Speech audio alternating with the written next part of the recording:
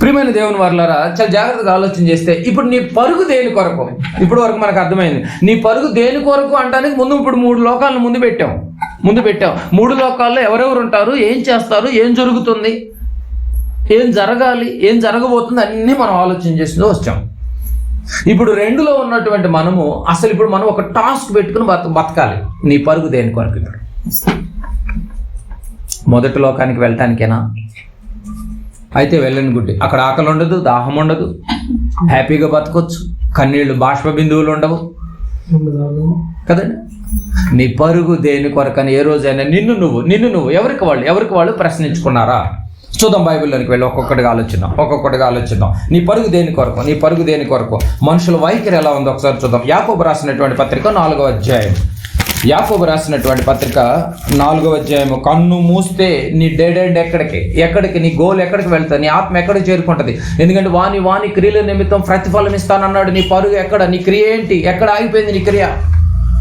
దేని కొరకు నీ పరుగు? దేని కొరకు నీ ఆలోచన అని ఎంత చక్కగా చెప్తున్నాను చూడండి. నీ పరుగు దేని కొరకు? నీ పరుగు ఒకసారి యాకోబు రాసినటువంటి పత్రిక 4వ అధ్యాయం 13వ వచనం. నేడైనను, బాగా గమనించాలి, నేడైనను రేపైనను, ఈ రోజు కావచ్చు రేపైనా ఒకనొక పట్టణమునకు వెళ్ళి మనిషి వైఖరి అక్కడ 1 సంవత్సరం ఉండి వ్యాపారం చేసి లాభము సంపాదింతుము రండని చెప్పుకొని వారలారా. 2 వేల ఇచ్చినటువంటి కొద్ది సంవత్సరాలలో, ఇచ్చినటువంటి చిన్న ఆయుష్ కాలంలో ఏమండి, కోటి విద్యలు కూడి వరకు అన్నట్టుగా లాభం సంపాదించుకుందాం రండి అని చెప్పుకున్నటువంటి వారలారా. ఏమండి, ఈ రోజు కానీ, రేపు కానీ, ఈ నెల కానీ, వచ్చే నెల కానీ, ఈ సంవత్సరం కానీ, వచ్చే సంవత్సరం కానీ ఒకానొక పట్టణానికి వెళ్ళి, ఒకానొక గ్రామానికి వెళ్ళి దేవుని గురించినటువంటి మాటలు అందించి నువ్వు బ్రతుకుతూ అనేక మందిని బ్రతుకుతామని ఏ రోజైనా చెప్పుకుంటున్నారా? ఈ ప్రపంచంలో, క్రైస్తవ సమాజాల్లో అదే అడుగుతున్నాడు యాకోబు గారు. సాక్షాత్ యేసుప్రభుల వారి తమ్ముడు, సహోదరుడు. ఎంత మంచి మాట రాశాడు చూడండి. నేడైనా రేపైనా ఒకనొక పట్టణానికి లాభం సంపాదించుకుని వాళ్ళు చెప్పుకుంటున్నారు. క్రీస్తు రక్తంలో కడగబడ్డ నీవు, 3 లోకాలు ఉన్నాయని అగ్రిమి అయినటువంటి నీవు, ఒప్పుకున్న నీవు, నిర్ధారణకు వచ్చినటువంటి నువ్వు, పరలోకంలో దేవుడు ఉన్నాడని తెలుసుకున్న నీవు, కుడిపార్శ్వమున క్రీస్తు ఉన్నాడని చెప్పి తెలుసుకున్నటువంటి నీవు, కోటాను కోట్ల దూతలు పొగడబడుతున్నటువంటి లోకంలో ఆకలి లేని, దాహం లేని, ఎండ లేని, సూర్యుడు లేని, రాత్రి లేని,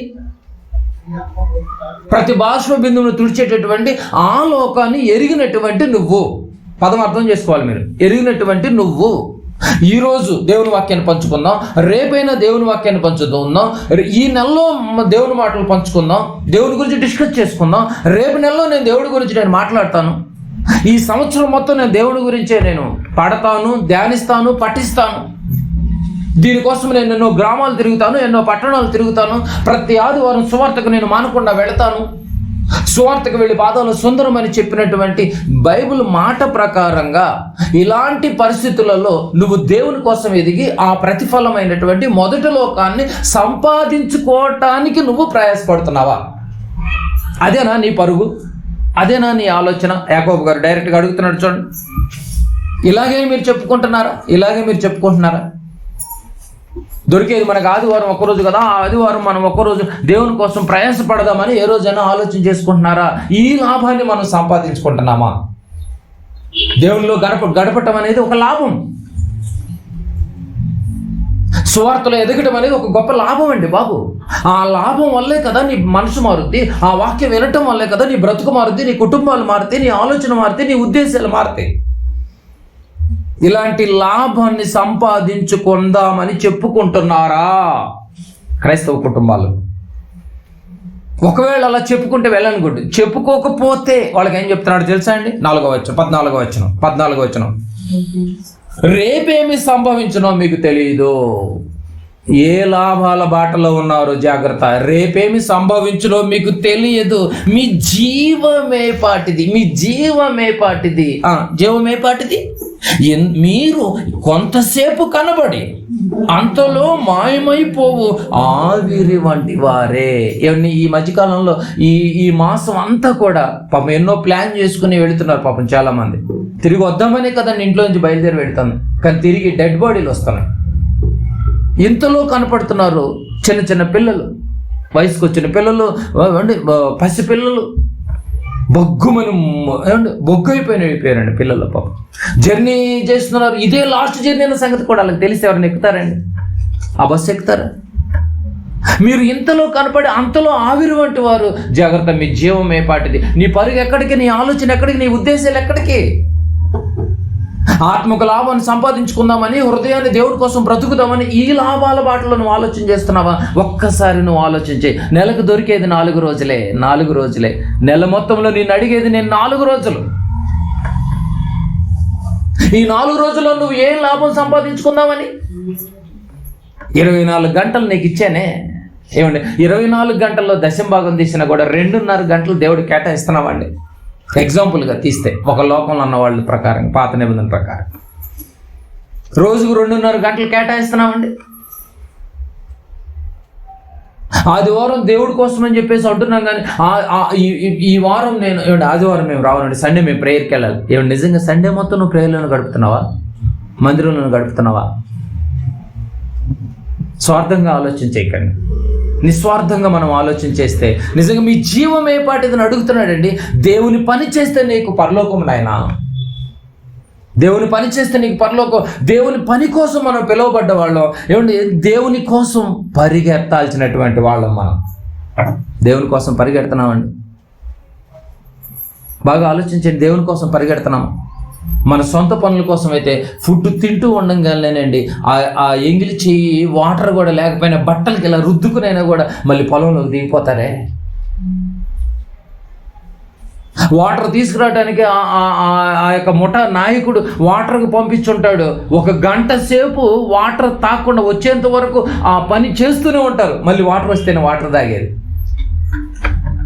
నీ సొంత కార్యాల కోసం నువ్వు ఇంతగా ఆరాటపడుతున్నావు, ఇంతగా పరిగెడుతున్నావు. కానీ దేవుని పని కోసం, దేవుడి కోసం, కుమారుడి కోసం, మార్గాన్ని చూపించినటువంటి ప్రభువుల కోసం ఏ రోజైనా నీ కుటుంబం పరిగెడుతుందా? నువ్వు పరిగెడుతున్నావా సంగమా?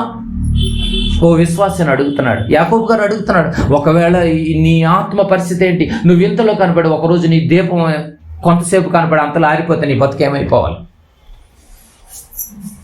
అని చెప్పేసి ఎంత చక్కగా అడుగుతున్నాడు చూడండి. ఒకవేళ అలాంటి పరిస్థితిలో ఉంటే ఏం జరుగుతుందో తెలుసా? యోధా పత్రిక ఒకసారి తీయండి. ఒకవేళ నీ పరుగు రాంగ్ పరుగులో ఉంటే, ఒకవేళ నీ పరుగు పరలోకం కోసం కాకుండా ఉంటే, ఒకవేళ నీ పరుగు ఈ లోకం కోసం ఒకవేళ ఆరాటపడుతూ ఉంటే, ఏమిటి యోధా పత్రిక, ఈయన కూడా యేసు ప్రభుల వారి తమ్ముడే, సహోదరుడే. యోధా పత్రిక 11వ వచనం, అధ్యాయం అడగండి, 11వ వచనం. అయ్యో అయ్యో వారికి శ్రమ. ఏంటంటే ఏదో జరిగింది భయంకరం. అయ్యో అన్న పదాలు బైబిల్లో వచ్చినట్టు ఏదో బాగా ఘోరమే జరుగుతుందండి అక్కడ. అయ్యో వారికి శ్రమ. 11, అయ్యో వారికి శ్రమ, వారు కయ్యోను నడిచిన మార్గమున నడిచిరి. కయ్యోను నడిచిన మార్గమున నడిచిరి, బహుమానం పొందవలెనని బిలాము నడిచిన తప్పు త్రోవలో ఆతురముగా పరిగెత్తిరి. వారు ఎంత మంచి మాట చూడండి. వారు ఎగ్జాంపుల్ చెప్తున్నాడు. ఎవరు నడుస్తున్నారంట? ఎవరి ప్రకారం నడుస్తున్నారు? కయ్యోను నడిచిన మార్గం నడుస్తున్నారు. బిలాము త్రోవలో పరిగెడుతున్నారంట. నడిచే బ్యాచ్ ఉంది, పరిగెత్తే బ్యాచ్ ఉంది. ప్రజెంట్ నడుస్తున్న వారు ఎవరు? ఇప్పుడు అక్కడ వారు అని ఉంది. వారంట యోధా గారు చెప్తారు, వారు కయ్యోను నడిచిన మార్గమున నడిచిరి, బహుమానము పొందవలెనని బిలాము నడిచిన తప్పు ద్రోవలో ఆతురగా పరిగెత్తిరి. మరి వారంటే ఎవరు?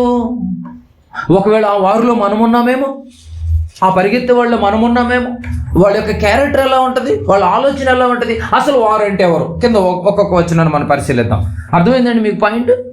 వారు ఎలా పరిగెడుతున్నారని చెప్పాడు యాకోబు గారు. యాకోబు గారు ఏం చెప్పాడు? ఒకనొక పట్టణానికి వెళ్ళి కొంతసేపు కొన్ని రోజులు 1 సంవత్సరం ఉండి లాభము సంపాదించుకున్న వారులారా, మీ జీవమే పాటిది, మీ జీవము మీ ఊపిరి నా దగ్గర ఉందని చెప్తున్నాడు. ఆయన జీవమును ఊపిరిని దయచేసిన వాడు ధారాళముగా ఆయన. అప్పుడు అంటూ ఉంటారు, ఈ రాజుగారి ప్రాణం ఎక్కడుందంటే 7 సముద్రాలు ఒకటి చిలకలో, మర్రి చెట్టు త్వరలో చిలకలో ఉందంట. అది ఏమో నిజమండి, అది ఆ మాటలు. కానీ బైబిల్ ఏం చెప్పిందంటే నీ జీవము, నీ ఊపిరి దేవుడి చేతిలో ఉంది. రిమోట్ నొక్కితే మళ్ళీ కనపడమంటున్నాడు, మళ్ళీ కనపడమంటున్నాడు. కనుక నీ పరుగు జాగ్రత్త, నీ నడక జాగ్రత్త. అదే అంటున్నారు, నువ్వు దేనికోసం నీ ఆతురత, దేనికోసం నీ ఆతురత? పదాలు మీకు అర్థమవుతలేదు. నీ ఆతురత దేనికోసం, నీ తొందరపాటు దేనికోసం, నీ నీ నీ యొక్క పరుగు దేనికోసం అని అడుగుతుంది బైబిల్. ఇలా పరిగెత్తి కయ్యోను నడిచాడు, ఇలా పరిగెత్తి బిలాము ఇగో దేవుని దర్శనాన్ని కోల్పోయాడు. ఇలా పరిగెత్తి నేర్చుకున్నటువంటి వాక్యాన్ని నువ్వు దూరం చేసుకుంటావేమో, పరిశుద్ధాత్మ అనే వరాన్ని పొందుకున్నటువంటి నువ్వు ఆ వరానికి దూరం అవుతావేమో, ఆయన దుఃఖపెట్టేవాడివిగా నువ్వు మారిపోతావేమో ఇలా పరిగెత్తి. వారు ఎవరంట వీళ్ళకి ముందు ఇదిగో వారు పరిగెత్తినట్టు పరిగెత్తి వాళ్ళు ఎవరు అంటే 5వ వచనం. ఇప్పుడు ఎగ్జాంపుల్ చెప్తున్నాడు చూడండి, 5వ వచనం. ఈ సంగతులన్నీ మీరు ముందటనే ఎరిగి ఉన్నారు. ఆల్రెడీ మనకు ముందే తెలుసు అంట వాళ్ళు ఎవరు అనేది. ఎవరంట? నేను మీకు జ్ఞాపకం చేయగోరుచున్నదేమనగా ప్రభు ఐగుప్తులో నుండి ప్రజలను రక్షించును, వారు నమ్మకపోయిన వారిని తరువాత నాశనం చేశాను. ఐగుప్తుల నుంచి ప్రజలను రక్షించాడు కదండి, రక్షించి 40 సంవత్సరాలు వాళ్ళని అరణ్యంలో నడిపించి కనానుకు తీసుకొస్తే కనానుకి చేరింది ఎంతమంది? కాలేబు యెహోషువ. అంటే చాలా మంది అద్భుత కార్యాలు చూశారు, మన్నాను చూశారు, తిన్నారు, బడ నుంచి నీళ్లు చూశారు, ఒక జత బట్టలు, ఆరిని నేల మీద అరికాలికి మట్టి అంటకుండా నడిచారే. అయినా కూడా ఏం చేయలేదంట, నమ్మలేదంట అని ఎంత చక్కగా చెప్తాడు. ఐగుప్తు నుంచి వచ్చిన ఇశ్రాయేల్ గురించి ఉంది.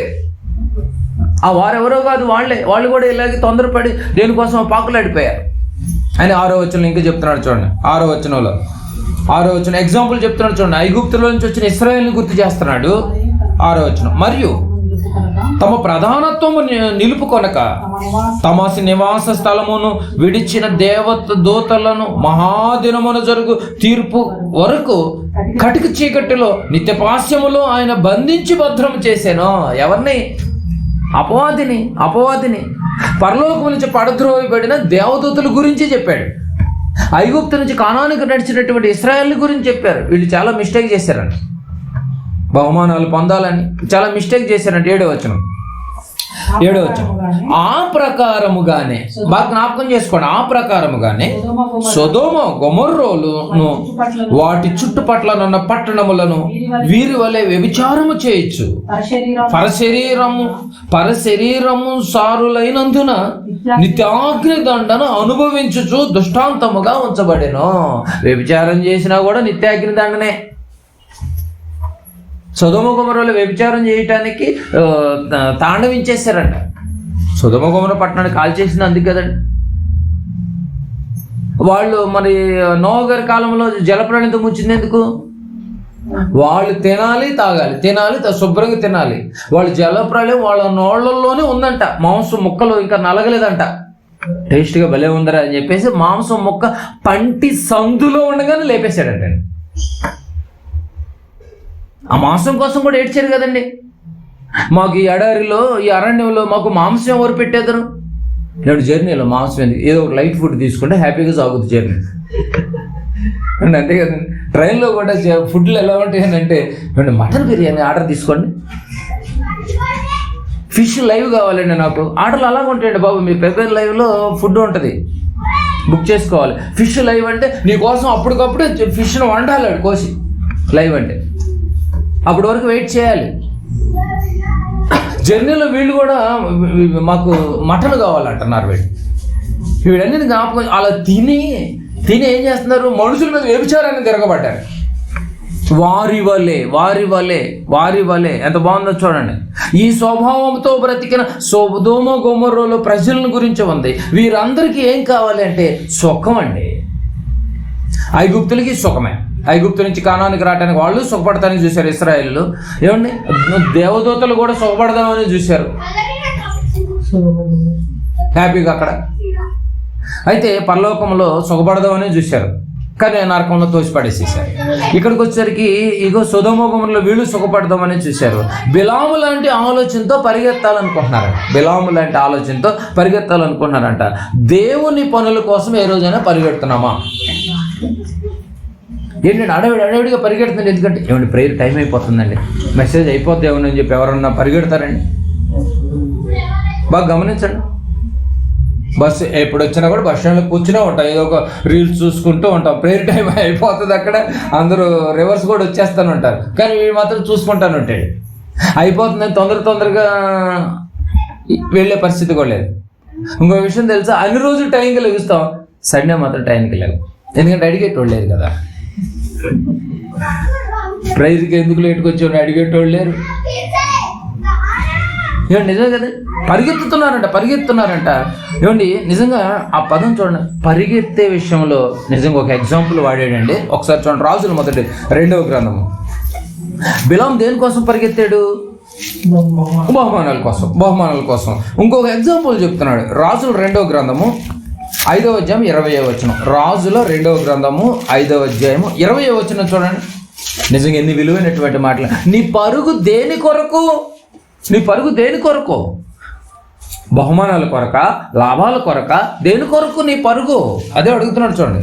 మీకు తెలుసు కదండి సందర్భం, ఎలీషాను గెహజీ సందర్భం. గురువు గారు ఏమో ఎలీషా గారు, ఏమంటే అసిస్టెంట్ ఎవరు అక్కడ? గెహజీ 20వ వచనం. రాజుల 2వ గ్రంథము 5వ అధ్యాయం 20వ వచనం. అతడు దైవజనుడైనటువంటి ఎలీషాకు సేవకుడకు గెహజీ సిరియనుడైన ఈ నయమాను తీసుకువచ్చినటువంటి వాటిని అంగీకరించుటకు నా యజమానునికి మనస్సు లేకపోయాను కానీ యెహోవా జీవముతోడు నేను పరిగెత్తుకొని పోయి. అబ్బా, ఫీజు కోసం అండి. మా గురువు గారికి ఏం తెలుసు, ఫీజు తీసుకోడు, ఫ్రీగా చేస్తూ ఉంటాడు వైద్యం. ఆయనకేం తెలుసు, ఇక్కడ ఉండి మెయింటైన్ చేసేవాడు నాకు తెలుసు ఇది హాస్పిటల్ అని చెప్పేసి వెళ్ళిపోయాడు. పేషెంట్ వెళ్ళిపోయాడు నయమాను. గురువుగారు లోపల ఉన్నాడు, ఈయన గేట్ కాడ కూర్చొని ఉన్నాడు. సరేలే గురువుగారికి ఏం తెలుస్తుందిలే అని చెప్పేసి పేషెంట్ ఎక్కడికో వెళ్ళిపోయిన తర్వాత పరిగెత్తుకుని పోయాడండి. ఏమన్నా ఫీజు అండి? గెహజీ పరుగు దేని కొరకు?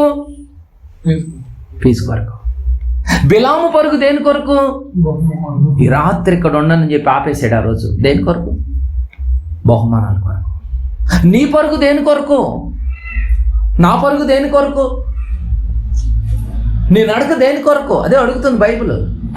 చూడండి బైబిల్ ఎంత బాగుందో చూడండి. ఇదిగో నేను పరిగెత్తుకొని పోయి అతనిని కలుసుకొని అతని యొద్ద ఏదైనాను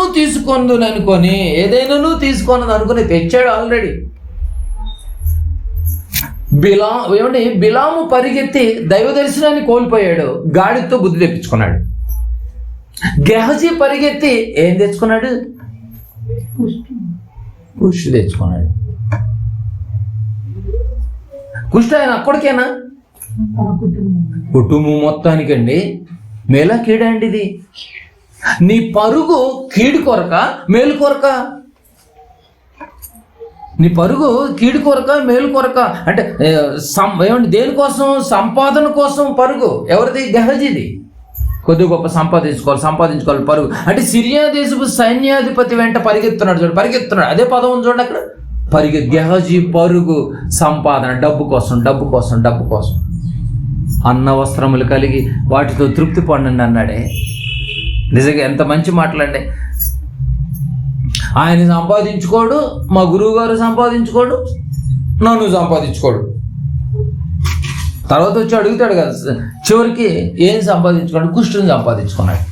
పాపం నిజంగా ఇలా అన్ని హరించుకుపోతాయండి బాబు. రోజు కరిగిపోతా ఉంటాయి ఏళ్ళన్నీ. అప్పుడు కుష్టి ఉన్నటువంటి వాళ్ళు మన కోటి సెంటర్లో కనిపిస్తారు. పాపం ఫుడ్ తింటాను కూడా ఏమండి చేతులన్నీ ఎడాతి ఎక్కడైతే ఇట్లా పొడుచుకుని ఉందో అవన్నీ తినేస్తాయండి. కుష్టి అంటే ముక్కులు తినేసేస్తాయి, ఏళ్ళు తినేస్తాయి, కాళ్ళు తినేస్తాయి. ఓపెన్గా కనిపించకూడదు అనమాట. అంత డేంజర్ రోగం వచ్చిందండి ఆ రోజు. పరిగెత్తి, ఆ పదం మీరు బాగా గమనించాలి. నేను పరిగెత్తుకొని పోయి అతన్ని కలుసుకొని అతని యొద్ద ఏదైనా తీసుకున్నాడంటే ఏం తీసుకున్నాడు? కుష్టి తెచ్చుకున్నాడు. ఎంత మంచి మాటలు ఉన్నాయి చూడండి. మార్కు సువార్త బిలాము పరిగెత్తి బహుమానాన్ని తెచ్చుకున్నాడు, దైవ దర్శనాన్ని కోల్పోయాడు. గెహజీ పరిగెత్తి కుష్టిని తెచ్చుకున్నాడు. మార్కు సువార్త 10వ అధ్యాయం మార్కు సువార్త 10వ అధ్యాయము 17వ వచనం. మార్కు సువార్త 10వ అధ్యాయము 17వ వచనం చూడండి. యవనస్తుడి గురించి, ఆయన బయలుదేరి మార్గమున పోవచ్చుండగా ఒకడు పరిగెత్తుకుని వచ్చి, ప్రభువుల దగ్గరికి ఎలా వచ్చాడంటండి? యవనస్తుడు ఎలా వచ్చాడు? ఈరోజు యవనస్తుడు పరిగెత్తుకుని ప్రభు దగ్గరికి వస్తున్నాడా? చెప్పండి, బాగా గమనించండి. యవనస్తుడు పరిగెత్తుకుని ప్రభు దగ్గరికి వచ్చి ఆయన ఎదుట మోకాళ్ళలోని సద్బోధకుడా, నిత్య జీవము నాకు వారసుడకు నేనేం చేయాలని అడిగాడంటే, నేను కూడా నిత్య జీవం వెళ్ళాలి. జబదయి కుమారుల తల్లి నిత్య జీవంలో సింహాసనం గురించి మాట్లాడితే అసలు యవనస్తుడేమో నేను నిత్య జీవానికి వెళ్తాను, నేను ఏం చేయాలన్నాడు. అందరూ నిత్య జీవం గురించి ఆలోచన చేస్తున్నారు. పరుగులు, మన పరుగు ఉండండి, కొద్ది రోజులు హ్యాపీగా ఉండాలి భూమి మీద. మీరు పద్దాక పరుగులు అంటారా? ఇంతలో కనపడి అంతలో ఆవిర్వైపోయి మీ జీవం ఏ పాటిది? నిజంగా మనం సీరియస్గా తీసుకోవాలండి దేవుని వాక్యాలను, చాలా సీరియస్గా తీసుకోవాలి. ఒకడు పరిగెత్తుకుని వచ్చాడంట. ఏమడుగుతున్నాడు చూడండి, ఏమడుగుతున్నాడు? నిత్య జీవాన్ని పొందుటకు నేను ఏం చేయాలని అడిగాడు. 19వ వచనం. నరహత్య చేయవద్దు, వ్యభిచరించవద్దు, దొంగతనం చేయవద్దు, అబద్ధ సాక్ష్యం పలకవద్దు, మోసపుచ్చవద్దు, నీ తల్లిదండ్రులు సన్మానించము అను ఆజ్ఞలు నీకు తెలియను కదా అని అతనితో చెప్పాను. అతనికి తెలుసు అంట, అతనితో చెప్పాను. రైట్, బాగుంది, తెలుసు అని చెప్పాను. 20వ వచనం. అప్పుడు అందుకు అతడు, బోధకుడా, బాల్యం నుండి ఇవన్నీ అనుసరించుతూనే ఉంటుందని చెప్పాను. సొదొమ గొమొర బాల్యంలో వాళ్ళతో పోల్చుకుంటే నిజంగా ఈ యవనస్తుడు బాల్యం నుండి పర్ఫెక్ట్గా ఉన్నాడు కదండి. బాల్యం నుంచి మరి మనం దేవునికి వచ్చిందే 40-50, అంతే కదండి. 40-50కి వస్తాం ప్రశాంతంగా. అప్పుడు వచ్చిన తర్వాత మళ్ళీ 10 సంవత్సరాలు నేను ఎక్స్పీరియన్స్ సంపాదించాలని చెప్పేసి మళ్ళీ కాము కూర్చుని వెళ్ళి 50-60లో బాప్తిసం తీసుకుంటాం. ఎక్స్పీరియన్స్ ఉండాలి కదా అని. కానీ యవనస్తుడు బాల్యం నుండి ఫాలో అవుతున్నాడంట. 21వ వచనం. అప్పుడు నాయన యేసు అతను చూసి అతను ప్రేమించి, నువ్వు ఒకటి కొదువుగా ఉన్నది, నువ్వు వెళ్ళి నీకు కలిగి ఉన్నది అమ్మి బేదలకిమ్మో, పరలోకమందు నీకు ధనము కలుగును, నీవు వచ్చి నన్ను వెంబడించమని చెప్పాను. అతడు మిగులు ఆస్తి గలవాడు కనుక ఆ మాటకు ముఖము చిన్నబుచ్చుకొని దుఃఖపడుచు వెళ్ళిపోయాను. నేనేదో లాభం సంపాదించుకుందామని నేను వస్తే మీరేంటండి ఉన్న లాభాలన్నింటినీ మీరు ఖర్చు పెట్టమంటున్నారు అనగానే కొంచెం ఫీల్ అయ్యాడు. నువ్వు అటు ఖర్చు పెట్టకపోతే నీకు పరలోకం రాదన్నాడు. అప్పుడు నీకు పరలోకంలో ధనం కలుగును అన్నాడు. అక్కడ చిమ్మిటేను తుప్పెను కొట్టదు నాయన, హ్యాపీగా దాచుకో, అక్కడ అకౌంట్ ఓపెన్ చేయి. భూమి మీద అకౌంట్లు తెలుసు కానీ అక్కడ అకౌంట్ ఓపెన్ చేయడం మనకు తెలియదు అని చెప్పి వదిలేసి మొహం అంతా చిన్న పట్టుకుంటూ వెళ్ళిపోయాడు కదా. మీరు బాగా గమనించాలి, యవనస్తుడు పరుగు మంచి ఆలోచనకే పరిగెత్తాడు, కానీ ఆ పరుగు డెడ్ ఎండ్కి నిలబెట్టుకోలేకపోయాడు. గెహజీ ఒక మంచి దైవజనుడి దగ్గర ఒక అసిస్టెంట్ పోస్టే ఉంది, మంచిదే, కానీ డెడ్ ఎండ్ ఏమైపోయింది? పరిగెత్తే కొద్దీ కుష్టుని సంపాదించుకున్నాడు. బిలాము పరిగెత్తి ఏం సంపాదించుకున్నాడు? బహుమాతాలు పొందుకున్నాడు, కానీ చివరికి దర్శనాన్ని కోల్పోయాడు. గాడిది మాట్లాడిందండి బాబు, ఎవరికి తెలియట్లేదు. అంటే జంతువులు కూడా మాట్లాడతాయి కదా. మనమేమో ఆ జంతువులు నిజంగా జంతువులు కుక్కని నిధులిచ్చినప్పుడు కుక్క కూడా తిరిగి మాట్లాడి చచ్చిపోతాం మనం, అంతే కదండి. ఏదో పద్దాగా తోలుతున్నావు నువ్వు దిగొచ్చేవి ఏందని చెప్పి అందరికి కుక్క. జంతువులు మాట్లాడిస్తాడండి దేవుడు, కానీ జంతువులు మాట్లాడిన పిల్లలు మాట్లాడి వాల్యూ లేకుండా పోద్ది, మరేను అర్థం లేకుండా పోద్ది అని ఆపేసాడు. కానీ జంతువులు కూడా మాట ఇచ్చాడు చూడండి, గాడిద మాట్లాడి. నిజం కనుక నీ పరుగు దేని కొరకు? ఐగుప్తు నుంచి ఇస్రాయేలు బయలుదేరినప్పుడు వాళ్ళని అరణ్యంలోనే వేసేసాను కదా. వాళ్ళ పరుగు అంతా, నేను అంత కష్టపడ్డా కూడా వాళ్ళు గమనించలేకపోయారు. సొదొమ గొమొరలో వ్యభిచారం కోసం పరిగెత్తారు, వాళ్ళని నేను సర్వనాశనం చేశాను కదా. అయ్యో వారికి శ్రమ. ఎలా పరిగెత్తే వాళ్ళకి శ్రమ? లోకంలో బహుమానాలు పొందాలనుకున్న పరిగెత్తే వాళ్ళకి శ్రమ. మరి నీ పరుగు దేని కొరకు? అయితే నువ్వు రేపు శ్రమలోనికి వెళ్ళిపోతావు. ఎక్కడికి నీ పరుగు? ఎందాక నీ పరుగు? ఏది నీ టార్గెట్? రెండులో ఉండి ఆలోచన చేస్తున్నావా నీ పరుగు అని? దేవుడు ఎంత చక్కగా చెప్తున్నాడు. నీ పరుగు దేని కొరకు? ఏ రోజున నువ్వు ఆలోచన చేసావా? ఒకవేళ కన్ను మూతలు పడే పరిస్థితి వస్తే మరి పరిస్థితి ఏంటి రేపు? ఎక్కడికి వెళుతుంది నీ పరుగు అని దేవుడు ఎంతో చక్కగా ఏమంటే దుఃఖించి వెళ్ళిపోయాడు. ఒకవేళ ఎంత విలువైన మాటలు, కఠినమైన మాటలు, నీ హృదయాన్ని నొప్పించే మాటలకు ఒకవేళ నువ్వు దుఃఖించి నిజంగా దేవుడు దగ్గరైతే మంచిదే. లేకపోతే ఇలాంటి మాటలు డైరెక్ట్గా సూటిగా చెప్పారు కదా అని చెప్పేసి ఒకళ్ళు ఫీల్ అయితే నష్టపోయేది నువ్వే ప్రియమైన దేవుని వాళ్ళని దేవుడు చక్కగా చెప్తున్నాడు. రైట్, అంత పరిగెత్తడం కష్టమేనండి అని ఒకవేళ మీరు అనుకుంటే చివరిగా మనం ఇంకొక సందర్భాన్ని మనం వెతకాలి. లాస్ట్కి ఈ సందర్భాన్ని చూసి నిజంగా పరలోకం కోసం పరిగెత్తిన వారు ఎవరైనా ఉన్నారా అది కూడా మనం ఒకసారి